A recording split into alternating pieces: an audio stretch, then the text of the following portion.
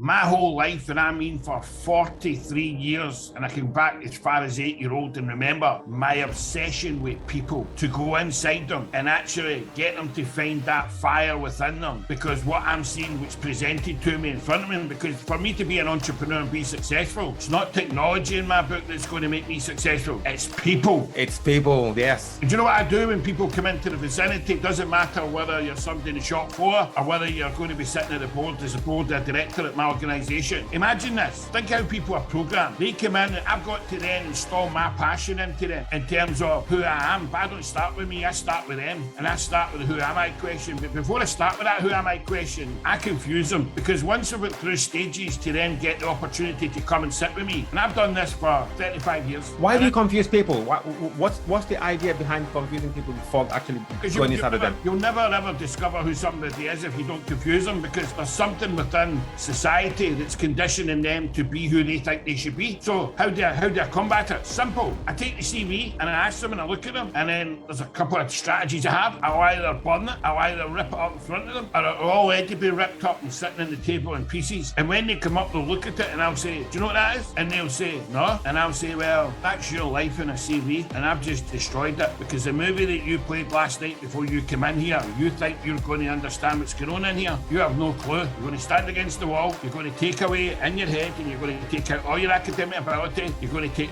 all your career, all the activity, any business you've had, any job you've had, you're going to remove it, and now you're going to tell me who you are. You are stripping them naked, pretty much.